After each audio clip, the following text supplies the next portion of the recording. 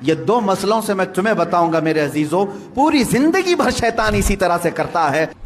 پہلا والا جو مسئلہ ہے پیشاب کے قطرے کا، پہلی مرتبہ ایسا کبھی ہوا ہے تو جاؤ دھل لو۔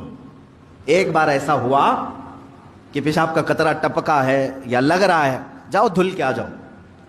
پھر ایک مرتبہ ایسا ہوا ہے کہ وضو کرنے بیٹھا ہوں، ایسا لگا کہ پیشاب کا قطرہ ٹپک گیا، جاؤ دھل کے آؤ اور اتنا حصہ جہاں کپڑے میں لگا اس کو بھی دھل لو۔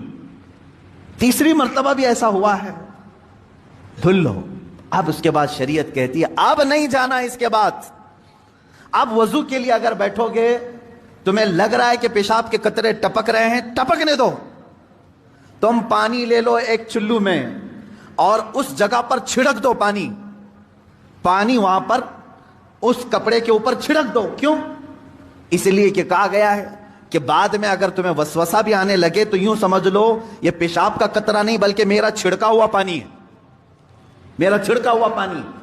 اچھا ایسا کیوں کرایا گیا؟ شک تو ہو رہا ہے۔ سنیں فقہاء کرام نے فرمایا اے بندے، تجھے عبادت اللہ کی کرنی ہے۔ کس کی کرنی ہے؟ اللہ کو راضی کرنا ہے۔ اور یہ جو وسوسے آ رہے ہیں تجھے، یہ شیطان کے ہیں۔ اگر تو بار بار اٹھ کر کے دھونے کے لیے چلا جائے گا تو بات یہ ہوگی کہ تو شیطان کی پیروی کر رہا ہے اللہ کو چھوڑ کر کے۔ یہاں شریعت نے یہاں تک کہا کہ شیطان کی پیروی ہو جائے گی اگر کثرت سے تو کرنے لگ گیا۔ جب شیطان وسوسہ ڈالا اٹھ گئے، جب شیطان شک ڈالا پھر اٹھ گئے۔ بار بار اگر خیال آ رہا ہے تو اس پر عمل کرنا جائز نہیں۔ پانی چھڑک لو اور کہو میں شیطان کی پیروی نہیں کروں گا، میرے مولا کی عبادت کروں گا۔ دوسرا مسئلہ نماز کا کہ جس میں اگر 3 میں 4 میں شک ہو، ایک بار ہو گیا تو چلو دوہرا لو، 2 بار ہو گیا تو چلو ٹھیک ہے، جتنا یقین ہے اس کے آگے کی رکعتیں پڑھ لو۔